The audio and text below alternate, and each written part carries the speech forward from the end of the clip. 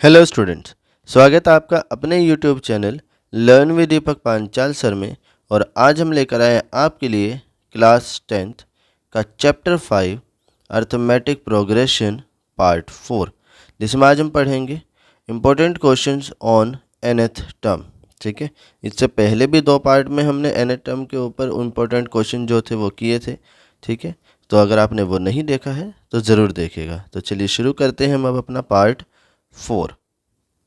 देखिए first question है बेटा, कह रहे हैं which term of the AP 5, 9, 13, 17 dot dot dot is 81।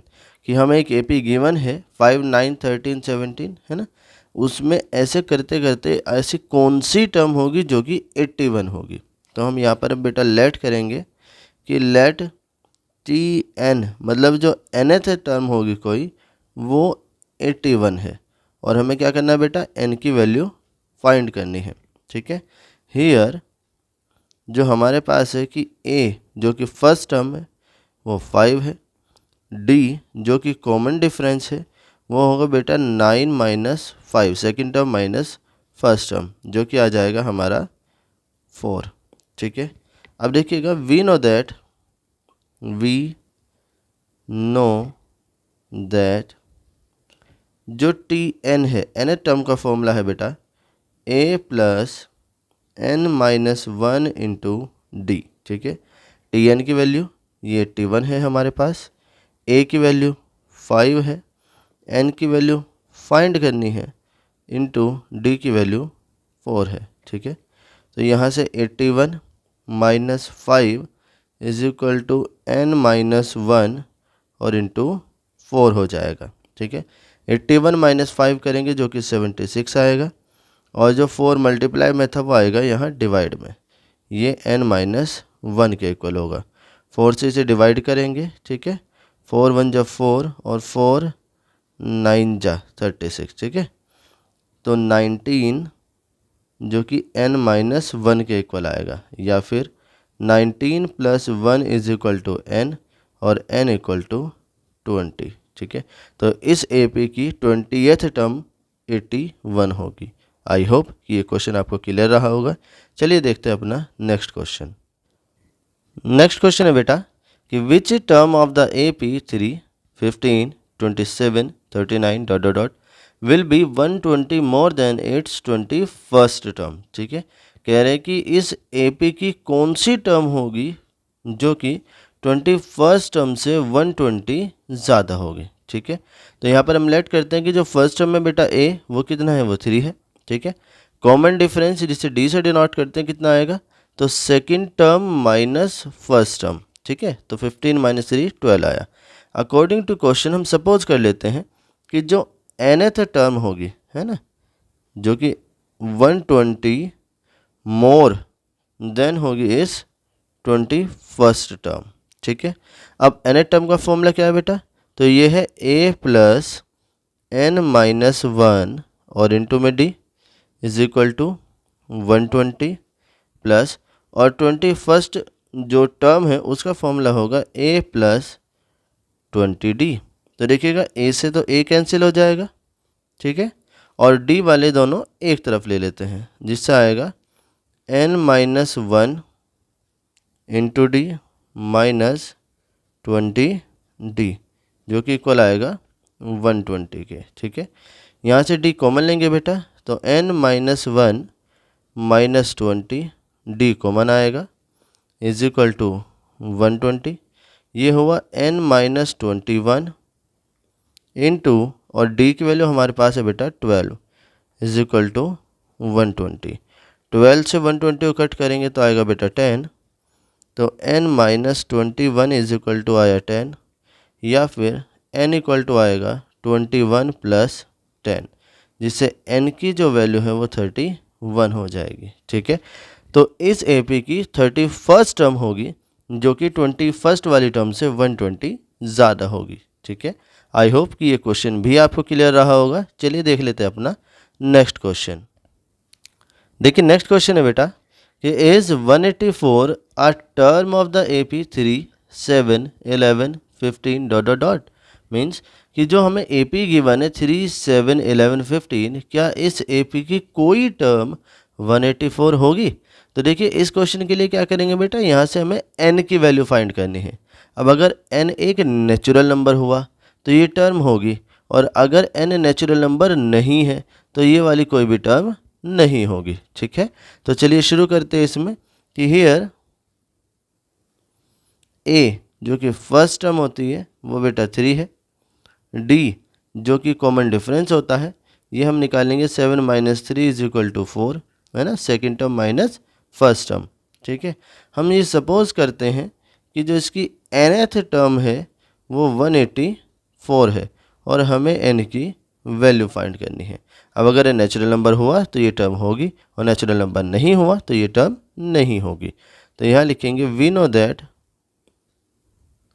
T N nth term, क्या फॉर्मूला बेटा, कि a plus n minus 1 into D, T N की वैल्यू 184 है, इज इक्वल टू a की वैल्यू 3 प्लस n माइनस 1 और d की value 4 है। ठीक है, तो ये आएगा 184 माइनस 3 और जो 4 मल्टीप्लाई में था वो डिवाइड में आ जाएगा और इक्वल टू आएगा n माइनस 1।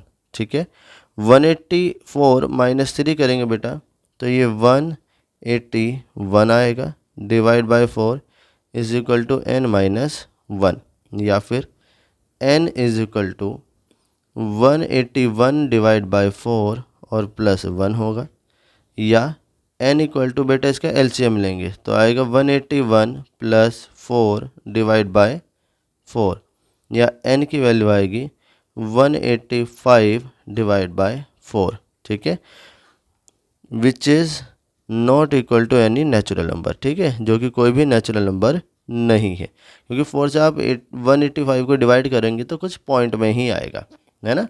तो लिख देंगे सो 184 is not any term of the given AP। ठीक है, क्योंकि इसमें n की वैल्यू 185.4 आई है जो कि एक नेचुरल नंबर के तो इक्वल नहीं है, है ना, तो इसलिए 184 इस गिवन AP की कोई भी टर्म नहीं होगी। ठीक है, आई होप कि ये क्वेश्चन भी आपको क्लियर रहा होगा। चलिए देख लेते हैं अपना नेक्स्ट क्वेश्चन। नेक्स्ट क्वेश्चन है बेटा कि in a given AP if pth term is q and the qth term is p, then show that its nth term is p plus q minus n। ठीक है, तो देखिएगा कि कह रहे क्वेश्चन में कि pth टर्म जो है वो q है ना, और जो qth टर्म है वो p है। ठीक है, अब टू शो, हमें शो क्या करना है बेटा कि जो इसकी nth टर्म होगी वो p plus q minus n होगी। ठीक है, चलिए अब देख लेते हैं यहाँ से।